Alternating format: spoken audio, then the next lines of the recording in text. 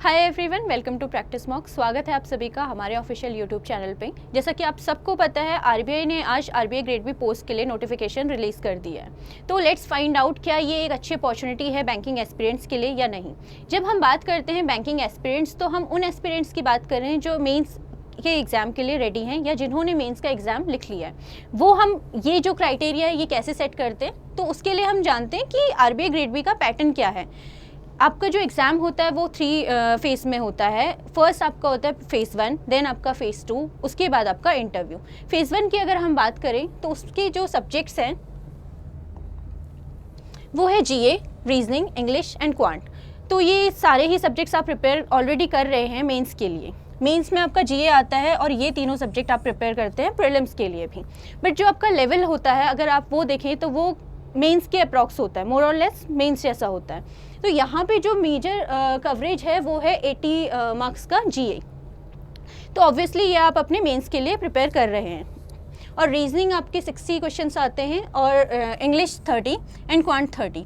Overall अगर हम ये देखें तो ये जो पैटर्न है, फेज़ 1 का जो पैटर्न है वो बहुत सिमिलर है आपके मेंस के एग्ज़ाम के।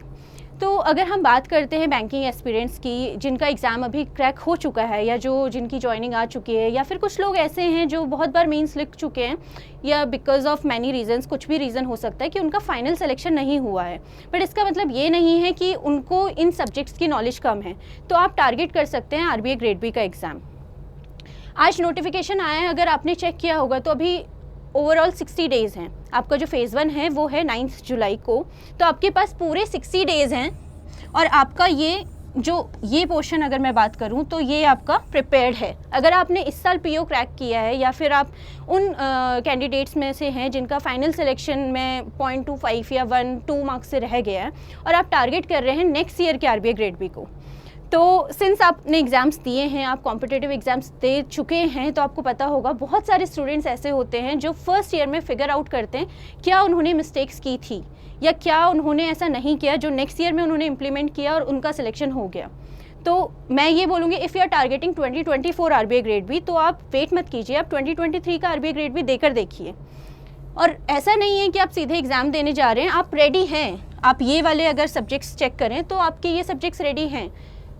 नेक्स्ट अगर हम बात करते हैं तो सिलेबस आप सबको पता है, ये आपका सिलेबस है रीजनिंग के लिए जो कि सिमिलर है बिल्कुल ही आपका बैंकिंग के मेंस एग्जाम्स के लिए। अगर हम यहाँ पे बात करें तो सीआर जो होता है, क्रिटिकल रीजनिंग, आपके मेंस में कवर होते हैं। पीओ और एसबीआई पीओ मेंस और क्लर्क मेंस में भी आपके आते हैं, वो आपके आते हैं 12 अराउंड। और बाकी जो टॉपिक्स हैं मेंस के वो आपके आते हैं, यहाँ पे इनपुट आउटपुट आता है, आपका कोडिंग डिकोडिंग आता है, बाकी आपकी पजल्स और सिटिंग अरेंजमेंट आता है, डायरेक्शन सेंस आता है। तो ये सब आपने बहुत बार प्रैक्टिस कर चुके हैं अगर आप बैंकिंग एग्जाम्स दे रहे हैं, वो भी आप अगर आईबीपीएस पीओ और एसबीआई पीओ के एग्जाम्स दे रहे हैं। अगली बात अगर हम करें तो हम क्वांट पे आते हैं। क्वांट का जो सेक्शन है आप सबको पता होगा, अगर आप फॉलो कर रहे हैं रेगुलेटरी एग्ज़ाम्स को तो पास्ट ईयर से आपका जो पैटर्न है सेम है, लेकिन आपका डिफ़िकल्टी लेवल जो है वो बहुत बढ़ गया है। अगर मैं बात करूं क्यूआरई की, क्वांट, रीजनिंग और इंग्लिश, तो आपका हर साल जो है वो डिफ़िकल्टी लेवल इंक्रीज़ होते जा रहा है। बट इसमें एक जो सिमिलैरिटी है वो ये है कि आपका पीओ मेंस भी आपका टफ होते जा रहा है। तो अगर आपने उस लेवल पे मेहनत करी है तो थोड़ा और सही। और जीए की अगर हम टॉपिक्स देखें तो ये सारे ही टॉपिक्स आप कवर कर रहे हैं, क्योंकि अगर मैं पीओ मेंस की बात करूं, SBI PO mains, IBPS PO mains, तो आपके उसमें जो क्वेश्चंस हैं डायरेक्ट क्वेश्चंस नहीं पूछे जाते। 2021 से अगर आपने एग्जाम दिया है, 2021 और 2022 मेंस अगर आपने लिखा है तो उसमें बहुत डीप में आपके जीए के क्वेश्चंस पूछे जा रहे हैं। तो आपको ये तो कवर करना ही है, ये आपका कवर हो ही रहा है। अगर आप अभी भी रेगुलरली प्रिपेयर कर रहे हो, अगला अपकमिंग अगर आप आईबीपीएस पीओ या एसबीआई पीओ भी टारगेट कर रहे हो या फिर आप आरआरबी ओएस मेंस भी टारगेट कर रहे हो, तो ये वाली जीए आपकी हो रखी है। आपको जो एडिशनल करना है वो आपका इसमें एक ही रहता है, इकोनॉमी एंड बिजनेस पे आपका ज़्यादा फोकस रहना चाहिए, plus finance and banking sectors पे आपका ज़्यादा फोकस रहना चाहिए, प्लस आपकी स्कीम्स। अगर अब मैं स्कीम्स की बात करूँ तो वो बहुत ऐसा नहीं है कि अगर आपके 80 मार्क्स हैं तो आपका जो 40 मार्क्स होगा अप्रॉक्स, वो ऐसे क्वेश्चंस होंगे जो अगर आपने सिर्फ बैंकिंग के लिए प्रिपेयर करा है तो वो यहाँ से कवर हो सकते हैं। बट बाकी 40 की अगर मैं बात करूँ तो ये आपको इसके लिए अलग से पढ़ना पड़ेगा।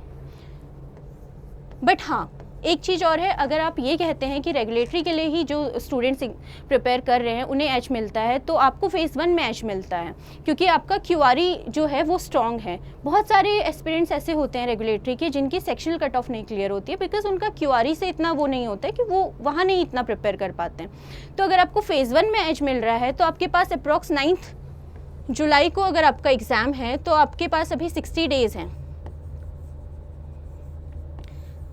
फेज़ 1 में, और आपका जो फेज़ 2 का एग्ज़ाम है वो है 30 जुलाई को।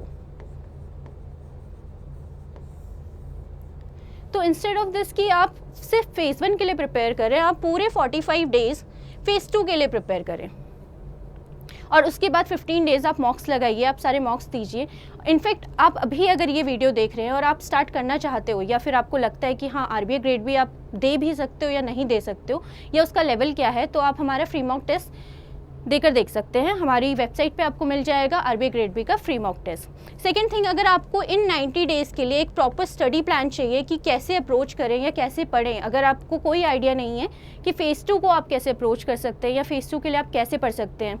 इनफैक्ट इस ईयर आपके बहुत सारे चेंजेस हुए हैं, अगर कोई कॉमर्स बैकग्राउंड से है तो उसको भी एज मिलेगा क्योंकि आपके अकाउंट्स के 2-3 चैप्टर्स आपके ऐड हुए हैं फिनेंस के सब्जेक्ट में। तो आप हमारे रेगुलेटरी के चैनल पे जा सकते हैं, प्रैक्टिस मॉक रेगुलेटरी बॉडीज़, वहाँ पे अभिषेक झा सर हैं, उन्होंने पूरे 90 डेज़ का स्टडी प्लान दे रखा है डिटेल में। तो सो गाइस प्लीज़ चेकआउट, आप चेक कीजिए, एक बार मॉक देकर देखिए और उसका लेवल देखिए, क्या आप इस साल ये एग्ज़ाम दे सकते हैं। All the very best.